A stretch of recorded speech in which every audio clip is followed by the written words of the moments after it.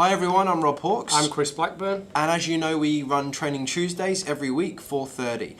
At the moment though, with the coronavirus pandemic hitting the country and the world, we're going to be running Training Tuesdays remotely. Isn't that right, Chris? That's correct. So everybody stay safe. We will still be ensuring that the training happens on a weekly basis, but we will be working remotely through that process too. Excellent. Thank you. Welcome everyone to Training Tuesdays with myself, Rob Hawkes, Head of Coaching here at ISR Training, and as always, Chris Blackburn. How are you doing, Chris? I'm doing really well. We're going to start with something new inside the session today. Mr. Rob Hawkes, the head of our coaching, has some fantastic news. From Friday, he's now a permanent resident here in Australia. So from everybody who I'm sure is inside the session, but everybody at ISR, they get a pleasure to work with you, mate. Congratulations. I'm so happy for you and the family. Thanks, mate. Appreciate it. Yeah, look, it's been a really long journey, almost 5 years in the making. And one of those things that just, now that it's happened, it's just unbelievable. So, you're on that journey. Everything, it tastes sweeter, as it were, It's it's amazing. So no, I'm very thankful for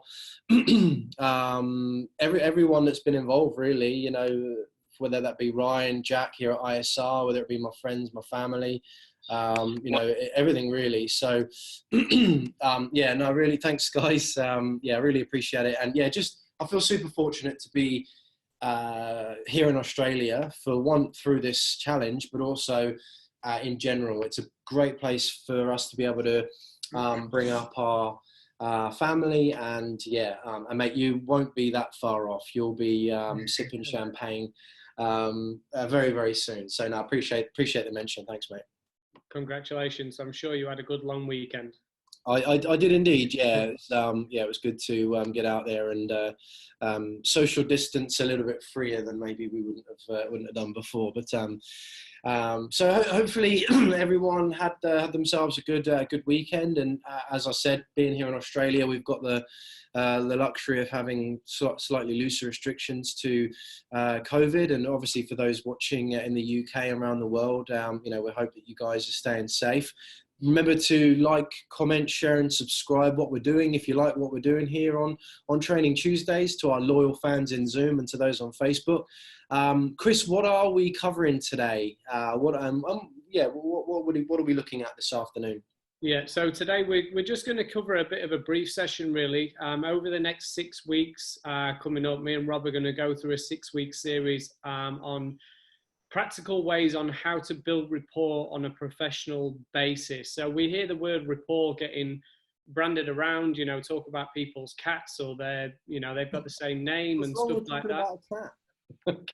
Cats are okay. So we're going to actually go through a 6-week series on how to build rapport on a professional basis. So we're just going to sort of pre-frame what the next 6 weeks are going to look like, and the sort of things that we'll be covering, and things that will get you ready for the next 6 weeks too. Yeah. Okay.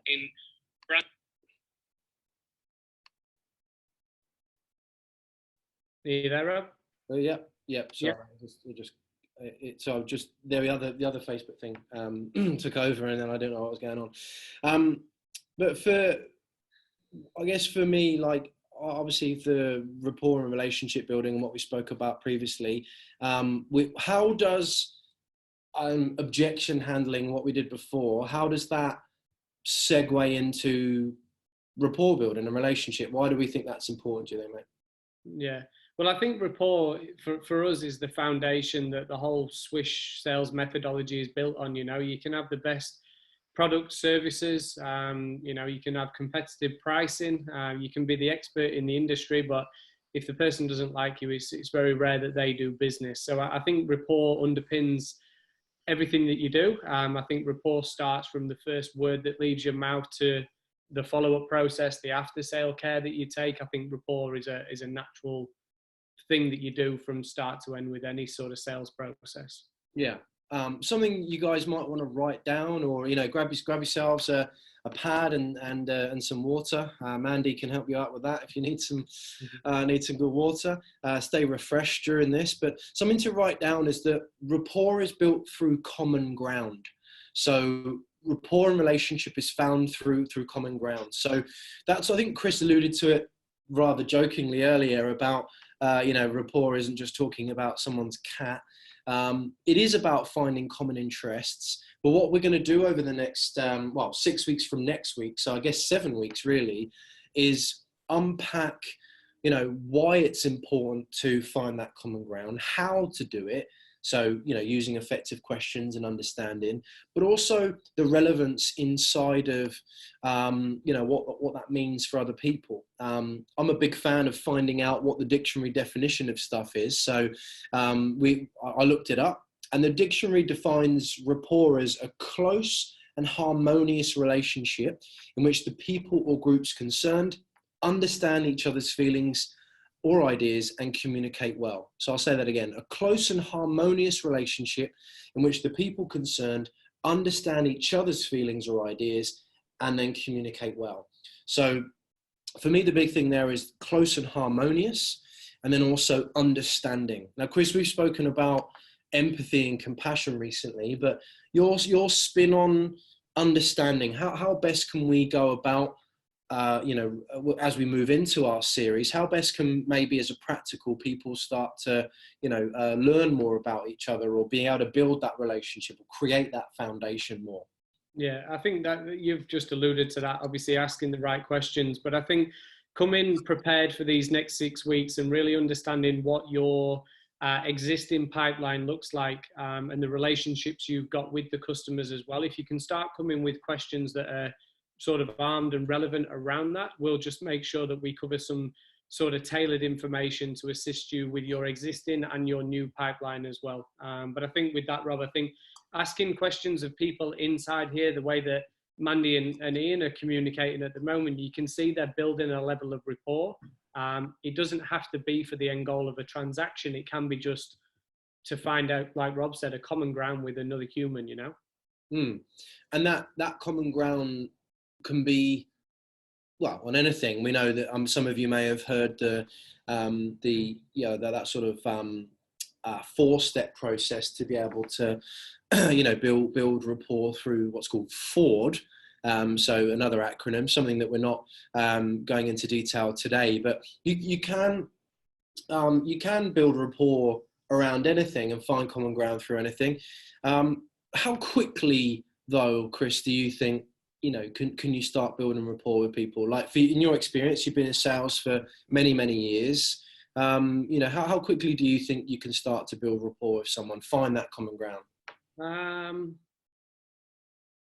I'd normally say within the first 10 to 15 seconds, you can probably build rapport quite instantly. If people are taking notes, and as a practical, I always have a go-to. And what I mean by that is when I'm speaking to somebody on Zoom, over the phone, in their office, in our office, and the first thing you ask anybody is, how are they? And they'll say, yeah, I'm doing really well, thank you. How are you? I always have my go-to answer. So at the moment, it could be, I'm doing really well, thank you. But me and my partner, Ellis, we're in the process now of moving home. So during COVID, I'm sure that was a smart idea to start moving home, right? A lot of people can relate to moving home. So I don't make things up. That's true. Like a week, well, not even a week, on Monday. On Monday, I will be moving home. But for the last few weeks, that has been my instant thing, if that sort of makes sense. So if somebody asks how I am, I'll just say I'm doing really well. I'm in the process of a house move at the moment. So probably not the best time to start looking at new properties. If they can then respond or relate to that, that is then naturally building rapport, because it shows that I have a family, I have a partner, I have dreams, I have recreational. That's what Ford stands for, is family, occupation, recreational, dreams. If you're looking to build rapport on a social basis, you want to build that instant connection on a social rapport, and then throughout the communication, turn that into professional, that me and Rob are going to cover over the next 6 weeks. So for people who find it, I guess what I took from that, if you find it difficult and you're all business, maybe you're a D on the DISC profile, and you're all task orientated, and you find it difficult to entertain that or even consider that it's worthwhile, the reason why Chris would do that is that he would be able to then gauge on the response exactly what the other individual might go, okay, but look, I reached out because of X, Y, and Z, and then Chris would then know not to dive too deeper in there, but he's still planting those seeds that, as he said, he's got a fiance, he's a real person, and it just breaks those barriers down that he's just not going into the call saying, hey, I see you reached out on Google,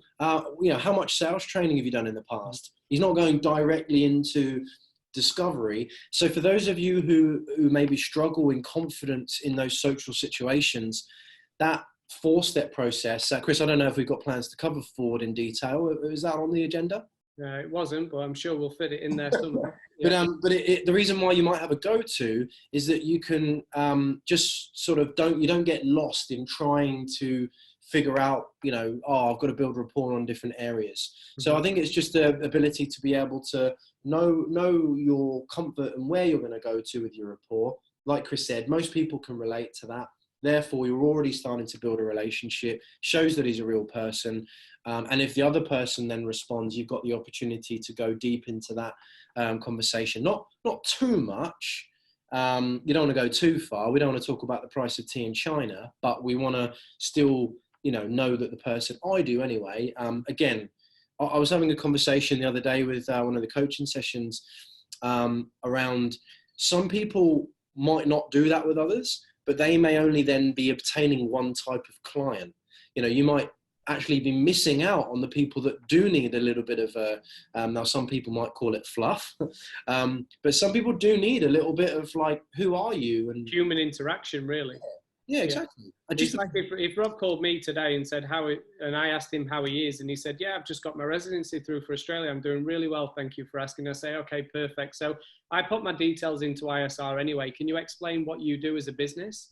Rob will know instantly that I'm not a person that's there to then talk about my weekend and what I got up to and the sort of things like that. Rob understands now it's about business, where if I said, wow, that's amazing, you must have taken a little while to get to that sort of residency. I know many people from the UK take a little bit of time or wherever they're from, and Rob then knows that I've got a little bit more time to communicate. So sometimes you tend to find that asking the right question very early on can then also paint the picture for who you're speaking to for the next 15 minutes, 15 weeks, whatever that sort of looks like. Yeah, and also then that comes, and as we go over the course of the next few weeks inside of this, you'll be able to learn the differences between who you should do that with and the type of questions that you should be asking, how you should be asking them as well. Don't forget that a lot of people will say, oh, later on in the call or the interaction, I just didn't quite hit it off with that person. But that may be down to the fact that, okay, maybe we were asking the right questions, but maybe we weren't doing it in the right tone or the right order. One thing that we'll touch on is making sure that we use this with all of our, what we call stakeholders. One of our own stakeholders, one of our clients, and somebody who has trained our team, Harry Singer. So for those of you who've heard of the public speaker Tony Robbins, Harry is the UK opener for all of Tony's events, and he also trains Tony in that public speaking. Harry always talks about having and looking after your stakeholders. So maybe as you go into these sessions over the course of the next few weeks, think about who your stakeholders are. So who are the people that you have relationships with? Your clients, prospects, board members, staff, family members, friends, people that are on the fringes. And how can you build that relationship and rapport with them? You may only have surface level with some of them. You may have a deep relationship with others. And what we'll do over the course of the next few weeks, and perhaps give a tip or two today, is really unpack how to do that and the importance of it, how you can make it stronger, and maybe things to avoid as well. As we've already alluded to, talking about things that aren't necessarily relevant can actually have a detrimental effect. You might be talking about something that you like, the other person might be sort of engaging you in conversation out of being polite, but is it adding value, or do you need to get down to business? And knowing when to do that with the individual could be quite important as well. 100%. Yeah, because the whole spine of what we teach, obviously, with the negotiation ladder, we never want to get in the jungle or the desert when we're speaking to people. And unfortunately, if you're speaking with somebody and start talking about the tea in China, like Rob said, you could run off on a tangent with that, where our job as professional salespeople is to gather intelligence and build rapport as we move through the line of sales. So I don't believe there's a stop and a start. I think it just starts. I just show that I'm human. I think the reason why I have my go-to at the start is just to show I'm a human being. If somebody doesn't want to connect with that, then that's fair enough. We can just get straight to the reason you pop your details in. But 99% of the time, I tend to find that people relate instantly to something that I say. Yeah. And I guess those that wouldn't, that doesn't necessarily mean that you can't find some level of relationship with them or find common ground. No. You might, I mean, being the fact that we're from England, for example, most people that we talk to who are from the UK will entertain a level of conversation around where they're from.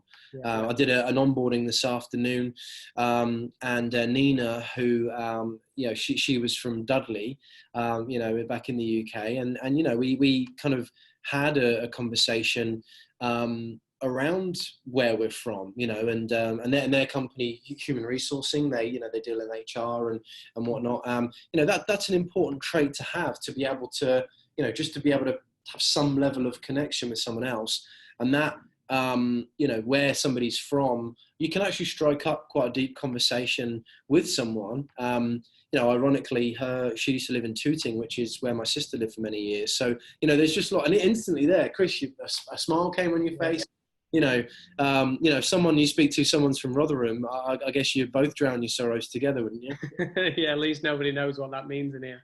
No, but there's a fair few people on Facebook that have joined that are from the UK, and they're probably all, having a giggle to that one. But yeah, I guess the biggest thing from that would be that don't be fearful if you do struggle to build relationship, on speaking out a little bit about what you do or who you are or where you're from, because as we always say, people by people. And if you don't like the individual, that famous Zig Ziglar comment, if they like you, they'll listen.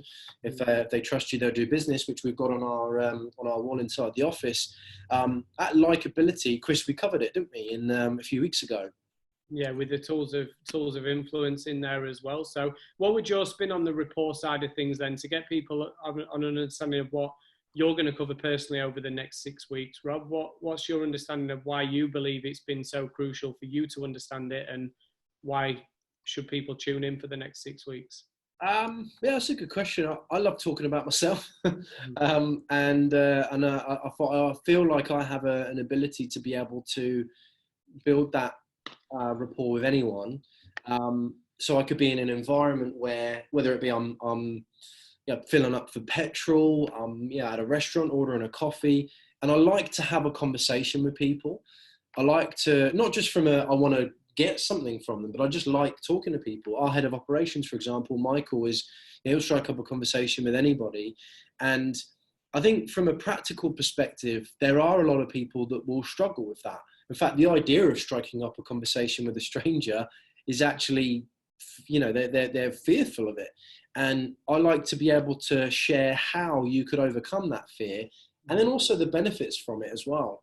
I like to leave people feeling better than they've, when I talk to them, better when I left, not from an egotistical perspective, but just so that, they feel good, I feel good, and it's a win-win. So rapport for me and relationship building it's a second nature, and I want to be able to show people how it can be for you. Bearing in mind that all of the training that we do is a learned skill. Nothing is. I've got a 7-month-old son to suggest that he wasn't born to build rapport and go and stand on stage. He wasn't born to do anything other than cry and eat and fill a nappy. So that understanding of a learned behavior I'm very passionate about, and I think that there is a lot of people out there who, hence having this request to do this topic, will benefit from knowing little different techniques and tools on how to be able to build that relationship with others. So yeah, that's my spin on it. Yeah, and if there's anybody inside Zoom, Facebook that would wish anything specifically to be covered over the next 6 weeks, if you could pop that in the chat section in the next 8 minutes, that would be amazing, just so me and Rob can make sure over the next 6 weeks we cover that. The first session next week is going to be on a process we call breaking the mold. So we'll obviously go into depth on what that actually means, but being different to what people believe the norm to be when building rapport. So we're going to run into what's called breaking the mold next week. So that'll obviously be 4:30 next Tuesday. Yeah. I mean, breaking the mold can look different for a lot of people. And I think standing out right now in the world with so many businesses now, especially in, excuse me, in Australia, who are starting to eke out of their shell, as it were, I think being able to wow and break the mold and be different is going to be a real catalyst to businesses failing or not in this sense. They may have got through this little lull that we've had, but then there's going to be, you know, a lot of people that are fighting for that one service. So again, if you can build that relationship. I was doing a coaching session today with Matt Best, who works for a company that deal in farming equipment and large scale industry. You know, there are farmers out there, or there are individuals that are going to look at maybe purchasing one of those in 10 years, and it's a big decision now. You know, with the relationship that Matt is building with his clients, for example, that could be the difference between a $45,000 sale, an $85,000 sale, a $125,000 sale. So I think in this day and age, the importance of being able to break the mold and be different and stand out will be good. And we're going to share some tips on that next week. We had a comment from Mandy there. Ian also said he's a Spurs boy. So the disc profiling is good as you know how to deal with that person. So yeah, disc profiling or behavioral styling is a good way to understand, especially if you get somebody who isn't interested in having that conversation about where you're from. You can usually tell that you've got a dominant on your hands. But and what else are we going to be covering, Chris? So we've got breaking the mold. What other things are we going to touch on over the course of the next few weeks? Yeah, so we'll cover things of asking the right questions, the way to deliver the questions through tonality. We're going to go through third-party stories. We're going to go through how to build urgency when you're naturally building rapport with a client. There's obviously try and pack it as much as we can, but as normal, all of these sessions are fully recorded. So inside the academy, you can just jump back in the next day and obviously rewatch them or listen to the audio section anyway. But the next 6 weeks, we'll just try and pack it full of practical tips, language patterns, and things that you can use immediately is going to be the goal for that. Awesome. I just had a comment on Facebook. Sam Stark. Hey, Sam. It was good to catch up with you earlier. That whole disc understanding, different is different and different is okay. I think that understanding that there's no judgment here. You know, when you join next week or over the few weeks, however you build rapport and build relationship within reason is okay. We obviously want to make sure that, as Chris said, we give some real practicals so that people can implement. I think we've given a few little snippets today, a couple of little things that are important around having you go to about understanding that there are going to be different people that will respond differently, and being able to I guess truly understand why it's important, that people buy people. And I think ultimately we're gonna really unpack that over the course of the next few weeks and discover what truly means to different people and the way that they build rapport. Chris, we had just before we wrap up, is there anything you want to add to that before we wrap up for today? No, that was good. Yeah. What will we do in the last few weeks? We were going to end with a bit of giveaway today, so I thought we're still going to do that. What did we cover over the last 4 or 5 weeks? What have we been covering? The 4-step process to overcoming objections. Okay, so we're not going to say what they are. On Friday morning at 9 a.m. for those individuals who aren't inside of our academy already. So basically for people that are watching on Facebook or watching on Zoom who aren't part of it, or listening to this retrospectively, both myself and Chris, you can email in if you know what that 4-step process is. So if you know what it is, our ISR's 4-step process, the acronym, email myself at rob.hawkes at isrtraining.com.au, or Chris at chris.blackburn@isrtraining.com.au. And if you email in, you will win a seat to this Friday morning's live webinar with our director, Ryan Tuckwood. So our director, Ryan, is going to be doing a 1-hour live webinar on objection handling, preemptive, and being able to not be reactive to it. Completely free. The value of that is $99, or for those inside of the academy, a couple of grand. So, but for one-off, to save yourself $99 for those who are on Facebook or watching or listening to this retrospectively. Christy, if you just want to put your email in, mate, so that put your email in there to the chat, and then I'll do the same, and then I'll paste it on Facebook. For those of you who are watching that are or already inside of it, if you want to forward that on to anybody that that you think might benefit from an hour's worth of completely complimentary training with our director, Ryan, then please feel free. I'm also going to do the same, rob.hawkes at isrtraining.com.au. That's Friday.